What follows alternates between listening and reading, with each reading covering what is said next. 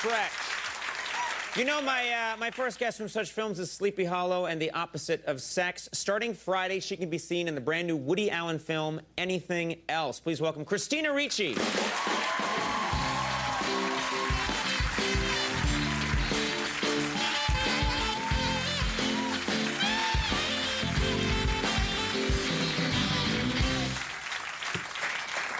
I got to admit, right up front, this is weird for me because you were one of our very early guests. We just celebrated our 10th year on the air, and you were one of our early guests. And you were 93, right? Is you that were what 93. they said? I think you were 12 years old. And yeah, now you're this, you know, grown-up, beautiful, talented actress. And I think it just makes me feel like a perverted old man for some reason.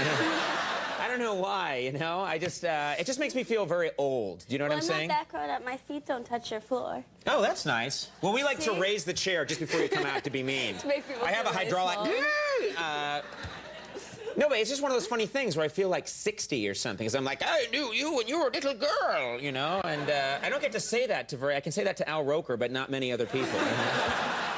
Do you even remember back then in '93? I remember a little. I remember a little bit, yeah. Yeah. But I don't remember what I talked about or anything. I remember Andy was here. Right. I remember I was crying a lot, and you were like, "Cheer up! It's gonna be fine. You're gonna make it." You were nice. You had to slap me around and say, "Pull yourself together, man."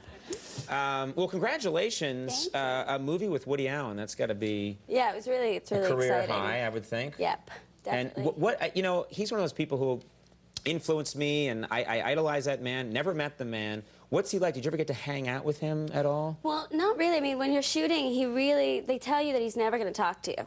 And he did talk to us, but really not that much, and it was mostly to How does he get you messages when to tell you what he wants to? Does he like put on a beekeeper's outfit and come out and hold up a sign? All hand signals. Hand signals? Is it really hand signals? Comprehensive course I had to take. Wow, very interesting. Okay. I mean, who would know? Very nice. But no, you kind of do your thing, and then later he comes over and it sort of tells you that you put him to sleep, and would you like to try again, or do you want that to be in Sarcasm's the phone? always nice. Exactly. I use that as a motivating tool here. With the band, I'm like, nice job, guys. And he would often ask me why my face looked like that. Oh wow, that's nice. Yeah. This is good. But it's actually really, I appreciated it. I think it's funny. I mean, my family's really sarcastic, too, so I actually really liked it. And you got to, like, go and eat with him, right? You had to have him We went out to dinner in Venice. In Venice, of all places? Yes. What's it like to eat with him? Is he the kind of guy where you can just reach over and take a French fry off his plate? No, he and I actually have a similar thing where we don't like people to take things off our plates.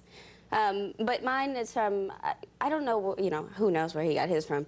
But mine is actually from, my father taught us that this was a very rude, bad thing. To take food from someone else's, yeah. Little kids have cautionary tales, like most people have the boy who cried wolf. Well, we had the woman who was stabbed in the hand with a fork.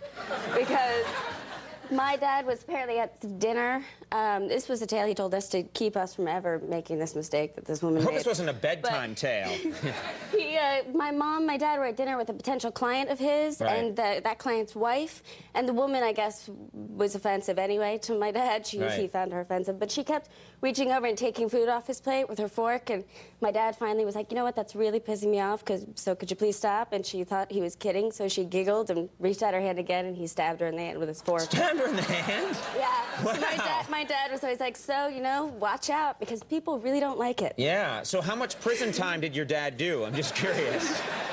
What are you in for? Stabbed a woman in the hand for trying to take an English P from me, yeah. Somehow it was all, I guess they worked it out amongst themselves. Good. They didn't get lawyers involved or anything like that. No. In my house, there were 6 kids and not enough shake and bake chicken to go around. So people really we did that thing that I later learned people do in prisons, which is we would put our arms around our plates. No, I did that too. I had 2 older brothers. I have 2 older brothers and a sister, and my brothers were always stealing my food, so for years I ate like this. Right. Until finally someone, you know, pointed out that wasn't very attractive. No, when you get out in the real world, people think you've done time in a federal penitentiary. When you're doing that, it's like a giveaway that there's been a problem.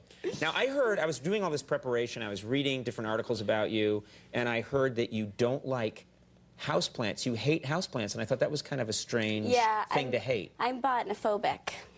Nice word for it, too. Really proud of that I'm one. big wordophobic, so... Right, well, there's another big one coming up. Okay. See, I anthropomorphize everything, I'm objects. going to end this here, all right? This is not Charlie Rose, all right? Oh, no. There's not a big mahogany table here. No, you know, when you give objects personality, you know, human traits. Right, it's like if you make a desk feel like it's come to life or whatever. Right. And ferns, especially, and other houseplants, to me, have always been very malicious.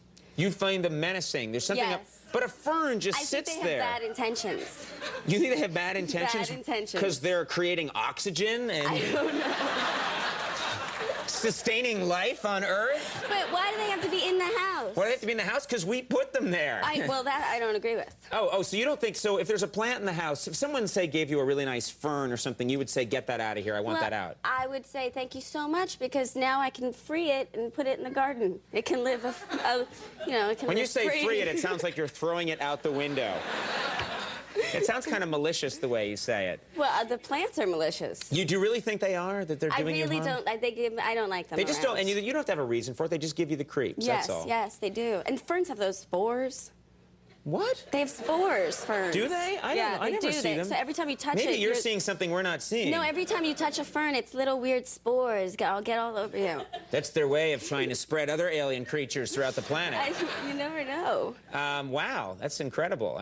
So, like, if you went into a greenhouse, you'd freak out. You'd just... I'm not a big fan. Not a big fan of greenhouses. All right.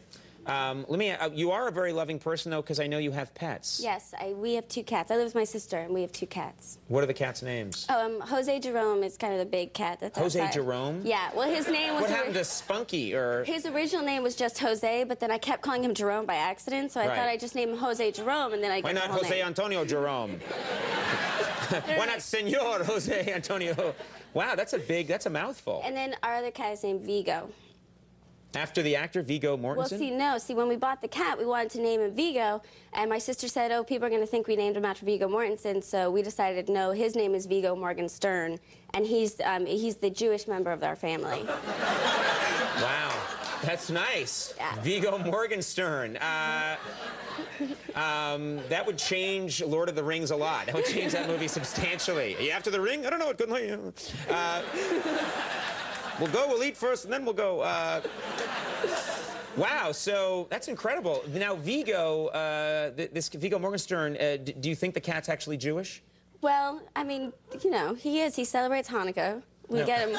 So, I don't think he celebrates Hanukkah. yeah, he disappears every Friday night. Oh, Finally, he's gone, someone just told me that he's probably in I almost said church, but that shows you what a wasp I am. He's where is he? He's in Temple. Temple. Yes, yeah, they go to Temple. Yeah, and they have a dreidel, and he has one. What? He has one. You got your cat a dreidel? Yeah, and he's got a little plush toy menorah. Who makes a plush toy menorah? People come over to the house, and they're like, I didn't know you and your sister were Jewish. And I'm like, no, it's Viggo. No, Viggo's Jewish. We are not, but we all coexist, and isn't that a beautiful thing? Yeah. That's great. It's nice that we can all get along. It's good. It's terrific. It's good. We have a clip here from the movie. What do we need to know to set up this clip? Well, I'm kind of a nightmare girlfriend, very insecure and neurotic, and I have been cheating on Jason Biggs' character, and I'm justifying it in this scene. I'm trying. Now you're confessing and justifying the whole thing. Yeah, I'm trying to justify it. All right, let's take a look at this clip from Anything Else. That's just what a guy wants to hear. Just what a guy wants to hear. Anything Else opens this Friday. Christina, really great to see you again. Yeah, congratulations on everything. Christina Ricci, Michael Rappaport coming up. We'll take a break. We'll be right back.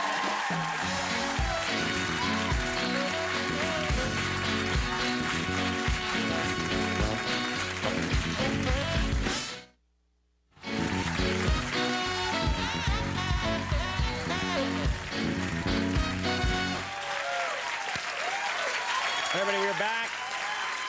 Fine show tonight. We got a great show coming up tomorrow night. Actor Charlie Sheen is going to be here.